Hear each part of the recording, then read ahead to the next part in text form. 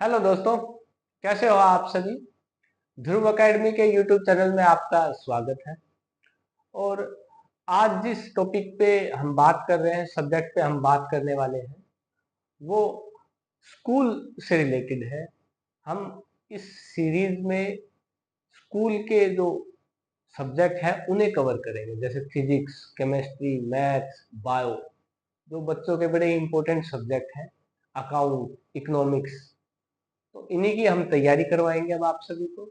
तो इस चैनल में यही इम्पोर्टेंट है कि ये स्कूल के स्टूडेंट से रिलेटेड है। तो हम जिस टॉपिक के बारे में बात करेंगे, मैं आपको फिजिक्स पढ़ाऊंगा। मेरा नाम मनीष है और ये एकेडमी का फ़ोन नंबर है। इस पे आप कांटेक्ट कर सकते हो। कोई भी आपको टेस्ट सीरीज चाहिए, कोई भी लेक्चर चाहिए आपको, इस सीरीज में हम आपको आईआईटी, नीट, इनकी एडवांस लेवल तक तैयारी करवाएंगे 11th-12th का बेस देखते हुए। और दूसरा, और भी बहुत से कम्पिटिटिव एग्जाम हैं, उनके लिए भी आपको तैयार करेंगे। तो इसी के साथ आज हम टॉपिक की शुरुआत करते हैं। चलिए, तो एकेडमी के बारे में मैंने आपको बता ही दिया है। बिल्कुल फ्रेश हमने ये स्टार्ट करा है। ध्रुव एकेडमी बहुत ही रिनाउंड एक एकेडमी है, जो कि अब तक कम्पिटिटिव फील्ड में बहुत अच्छा काम कर चुकी है। स्कूल के जो सब्जेक्ट है उनमें हम पहली बार आपको पढ़ा रहे हैं, लेकिन फिर भी टीचर बड़ी एक्सपीरियंस आएंगे आपके सामने और अच्छा पढ़ाएंगे, आप उन्हें फॉलो करें। ओके, चलिए शुरुआत करते हैं। तो मैं आपको फिजिक्स पढ़ाऊंगा और फिजिक्स 11th क्लास की फिजिक्स हम पढ़ रहे हैं। और 11th क्लास की फिजिक्स का जो आज हम टॉपिक उठाएंगे, टॉपिक का नाम है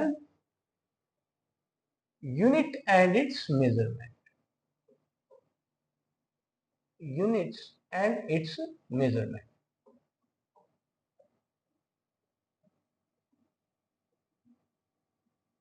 ये हमारे चैप्टर का नाम है, unit and it's measurement. Class 11th का पहला ही जो टॉपिक आता है वो unit and it's measurement. Physics का पहला ही टॉपिक है यूनिट्स एंड इट्स मेजरमेंट। तो इसके बारे में हम बातें करेंगे। देखिए, जो सब्जेक्ट है फिजिक्स बिल्कुल बेसिक है। अगर हम बात करें तो फिजिक्स सब्जेक्ट अपने आप में एक बड़ा ही वर्सटाइल सब्जेक्ट है। आप कुछ भी करिए, हर चीज में फिजिक्स आपको लगी मिल जाएगी। फैन चल रहा है, फिजिक्स है। एसी चलता है, फिजिक्स है। गाड़ियां चलती हैं, फिजिक्स है। इवन हम मूव भी कर रहे हैं, वो भी अपने आप में एक फिजिक्स है। फ्रिक्शनल फोर्स वहां काम करता है। तो फिजिक्स बड़ा ही वर्सटाइल सब्जेक्ट है और साइंस की बैकबोन है फिजिक्स। हर चीज, कोई भी आप एक्सपेरिमेंट करिए, कुछ भी करिए, उसमें फिजिक्स तो लगेगी ही लगेगी। कैमरा है, कैमरे में लेंस का यूज होता है और लेंस लाइट का चैप्टर बड़े अच्छे से आपको समझाया जाता है फिजिक्स के अंदर। बड़ा ही इंपॉर्टेंट और बड़ा ही इंटरेस्टिंग सब्जेक्ट है फिजिक्स।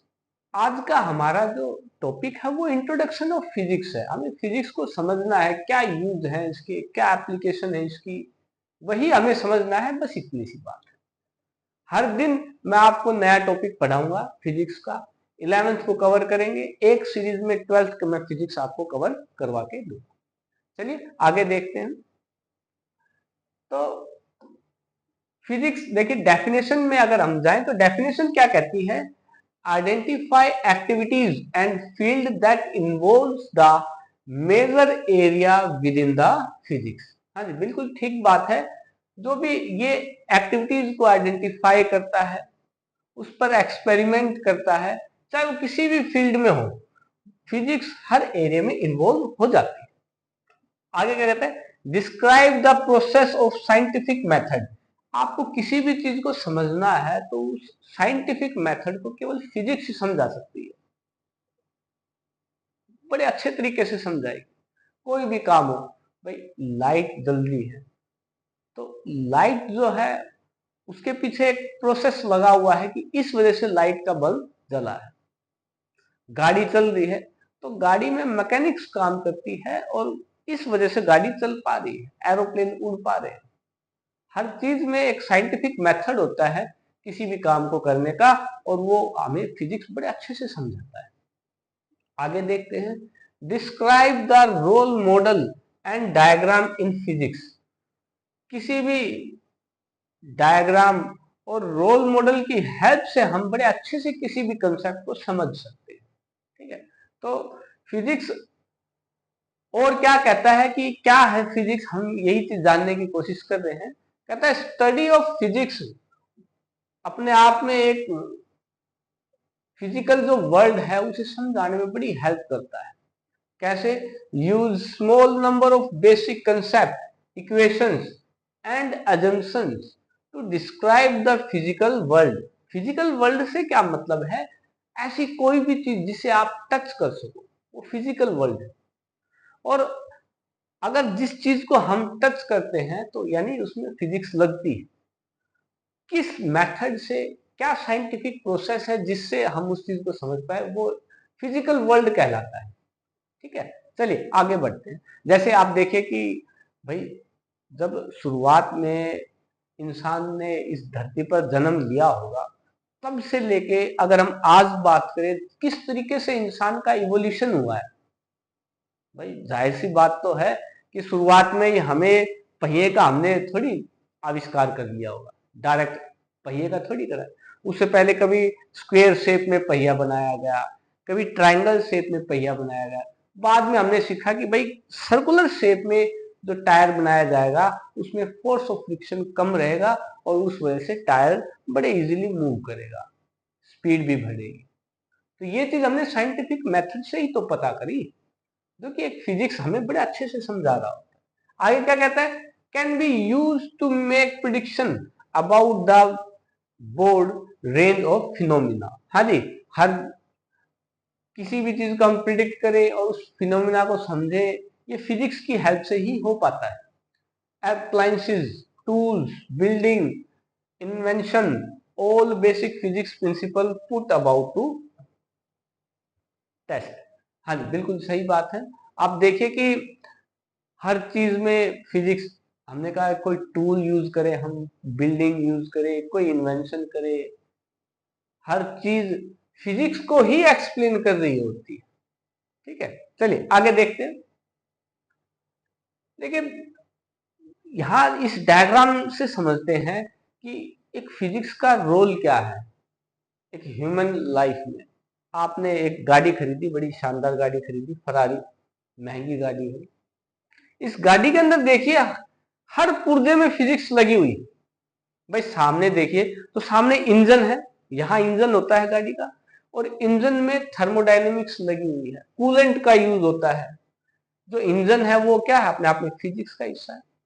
दूसरा, आप यहां देखिए लाइट लगी हुई है, लाइट, इलेक्ट्रोमैग्नेटिक बैटरी और स्टार्टर हेडलाइट जो है, ये भी लाइट का ही टॉपिक आता है और ये भी फिजिक्स की हेल्प से ही कवर हो पाता है। और देखते हैं ये मिरर लगे हुए हैं, मिरर जो लगे हुए हैं, रेयर व्यू मिरर लगे हुए हैं, इसमें ऑप्टिक्स, जब हम ऑप्टिक्स को समझेंगे फिजिक्स के अंदर तो ये चीजें हमें समझ में आएंगी। और देखते हैं, और आप जो व्हील जो है, इनकी जो मोशन है इनका, टायर का, स्पिनिंग का, वो आपका लॉ ऑफ मोशन में हम बड़े अच्छे से समझते हैं इस चीज को, फ्रिक्शन को हम बड़े अच्छे से समझते हैं फिजिक्स में। और बाद में ये जो आपका डोर है, रेडियो लगा हुआ है इसके अंदर स्पीकर लगे हुए हैं, वो भी क्या है? अपने आप में फिजिक्स ही है।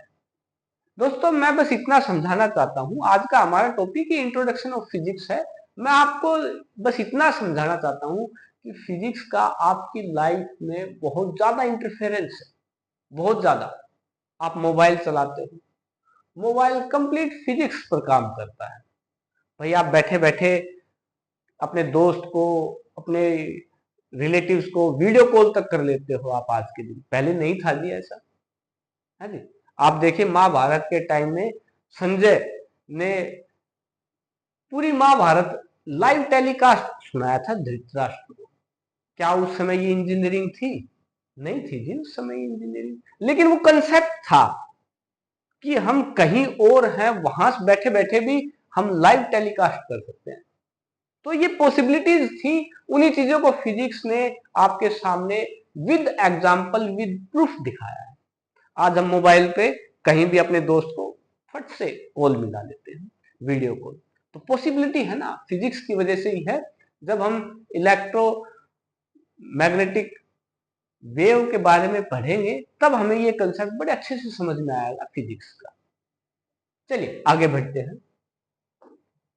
आगे मैं यही जो बात बता रहा हूं कि फिजिक्स लाइफ में हर जगह है। आप आइसक्रीम जमाते हो, है ना, तो आइसक्रीम के लिए फ्रीजिंग पॉइंट चाहिए हमें। वो फ्रीजिंग पॉइंट क्या है, एक हम फ्रीज के अंदर वो फ्रीजिंग पॉइंट देने के लिए भी फिजिक्स का ही यूज करेंगे, है ना। हम क्या कहते हैं कि भाई एक एसी है, कमरे को ठंडा कब करेगा, जब हम अंदर की सारी गर्मी को खींच ले तो कमरा अपने आप ठंडा हो जाएगा, फिजिक्स। ठीक है, चलिए आगे बढ़ते हैं।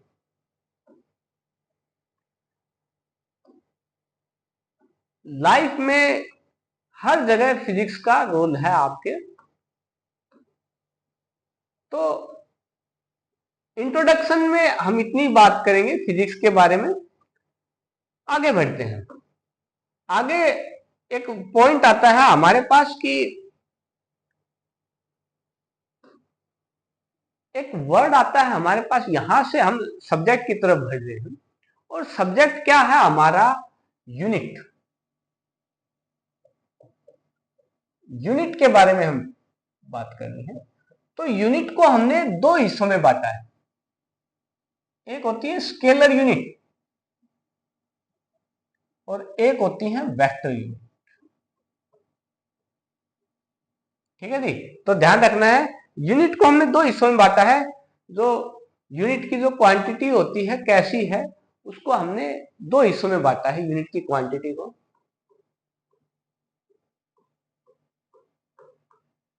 स्केलर या वेक्टर, ये 10th की फिजिक्स में, 9th की फिजिक्स में ये चीजें जिक्र करी जाती हैं। बिल्कुल बेसिक बात है कि क्वांटिटी कैसी होती है, स्केलर क्वांटिटी या वेक्टर क्वांटिटी। स्केलर क्वांटिटी में हम खाली मैग्नीट्यूड का यूज करते हैं, जबकि वेक्टर क्वांटिटी में हम क्या करते हैं, हम मैग्नीट्यूड प्लस डायरेक्शन दोनों का यूज करते हैं। देखते हैं कैसे, एग्जाम्पल के साथ बताता हूं आपको। जैसे मैंने एग्जाम्पल लिया कि भाई ये ए पॉइंट है, ये बी पॉइंट है और ये सी पॉइंट है। मैं आपको कह रहा हूं कि आपको ए से किधर जाना है, सॉरी सी से आपको कहां जाना है, आपको ए तक जाना है। तो रास्ता तो ये है, मेन रास्ता तो ये है, ऐसे जाओगे आप। यानी मैंने मैग्नीट्यूड का इस्तेमाल करा, जबकि एक रास्ता ये भी बन सकता है बिल्कुल शॉर्ट, ए से सी तक जाने का। तो देखिए ए बी सी या फिर हम कहें सी ए, इनमें डिफरेंस है। डिफरेंस यही है कि हमने खाली मैग्नीट्यूड को अपना पॉइंट रखा है, या फिर हमने मैग्नीट्यूड और डायरेक्शन दोनों को अपने ध्यान में रखा है। इन्हीं का डिफरेंस है, उसी के हिसाब से हमने स्केलर और वेक्टर क्वांटिटी बताया है। देखिए जी, डिस्टेंस किस में मेजर किया जाता है आपका, मीटर में। जबकि एक वर्ड आता है डिस्प्लेसमेंट,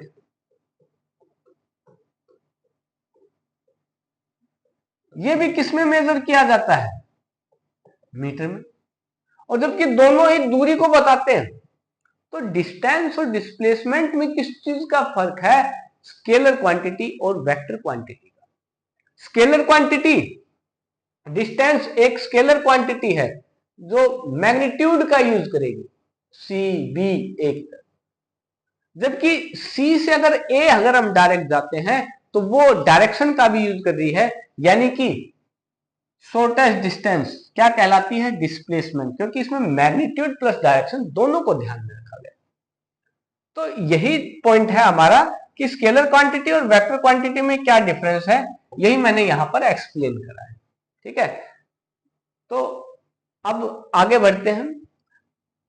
तो आपको ये ध्यान रखना है, अगर आपसे एग्जाम में पूछा जाए, ये वैसे भी आपसे कॉम्पिटिटिव एग्जाम में भी पूछा जाता है आपसे, आपको कोई भी यूनिट दे देंगे और पूछ लेते हैं कि क्या ये स्केलर क्वांटिटी है या वेक्टर क्वांटिटी है, तो वो समझना पड़ेगा आपको। तो ये ध्यान में रखने वाली बात है कि स्केलर क्वांटिटी को, डिस्टेंस एक स्केलर क्वांटिटी है, speed, mass, energy, density, power, length, area, volume, time, temperature, work, ये क्या है? Scalar quantity. वेक्टर क्वांटिटी क्या है? Displacement, velocity, weight, acceleration, force, impulse, pressure, momentum, gravity, ये क्या है? ये वेक्टर क्वांटिटी। इनके बारे में हम आगे भी जिक्र करेंगे, फिजिक्स का नेक्स्ट चैप्टर आएगा उसमें इनके बारे में बड़े इलेबोरेटली बताया जाएगा, जब हम डायमेंशनल फॉर्मूले को समझ रहे होंगे। ठीक है, तो घबराने की बिल्कुल जरूरत नहीं है। अभी आपका काम इतना सा है कि स्केलर क्वांटिटी और वेक्टर क्वांटिटी में क्या डिफरेंस है ये समझना चाहिए, वो मैंने आपको समझा दिया। ठीक है, याद रहेंगी इतनी बातें। चलिए आगे बढ़ते हैं। आगे फिर पॉइंट आता है हमारे पास कि यूनिट को हमने, अगर हम यूनिट की बात करें तो यूनिट को हमने दो हिस्सों में बांटा है। यूनिट की अगर हम बात करें तो यूनिट को हमने दो हिस्सों में बांटा है। एक होता है फंडामेंटल यूनिट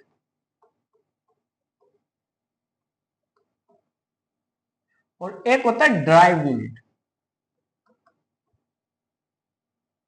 फंडामेंटल यूनिट वो यूनिट है जो कि बिल्कुल बेस है, जिनसे सभी यूनिट निकली हुई है, वो फंडामेंटल यूनिट है। ऐसी यूनिट केवल 7 ही है। उनके नाम मैंने यहां पर लिखे हुए हैं: length, mass, time, amount of substance, temperature, electric current, luminous intensity. ये 7 फंडामेंटल यूनिट्स हैं। बाकी इसके अलावा जितनी भी यूनिट बचती वो सब हम ड्राइव्ड करते हैं, एक यूनिट की हेल्प से दूसरी यूनिट को निकालते हैं। ठीक है, तो लेंथ की यूनिट क्या होती है? मीटर, मास की किलोग्राम, टाइम की सेकंड, अमाउंट ऑफ सब्सटेंस की मोल, टेम्परेचर की केल्विन, इलेक्ट्रिक करंट की एम्पियर, ल्यूमिनस इंटेंसिटी की कैंडेला। ये फंडामेंटल यूनिट्स है 7, और इनकी जो यूनिट है वो भी मैंने बता दी है, ये ध्यान रखने वाली बात है। ठीक है, अब ड्राइव फंडामेंटल यूनिट समझ में आ गया हमें, तो ड्राइव यूनिट क्या है? जो इन्हीं फंडामेंटल यूनिट से ड्राइव की गई है वो ड्राइव यूनिट कहलाती है। जैसे एग्जांपल लेके बात करते हैं। हाँ जी, जैसे मैंने यहां लिखा हुआ एरिया, आप देखिए एरिया, तो एरिया कैसे निकालते हैं हम? Length into breadth.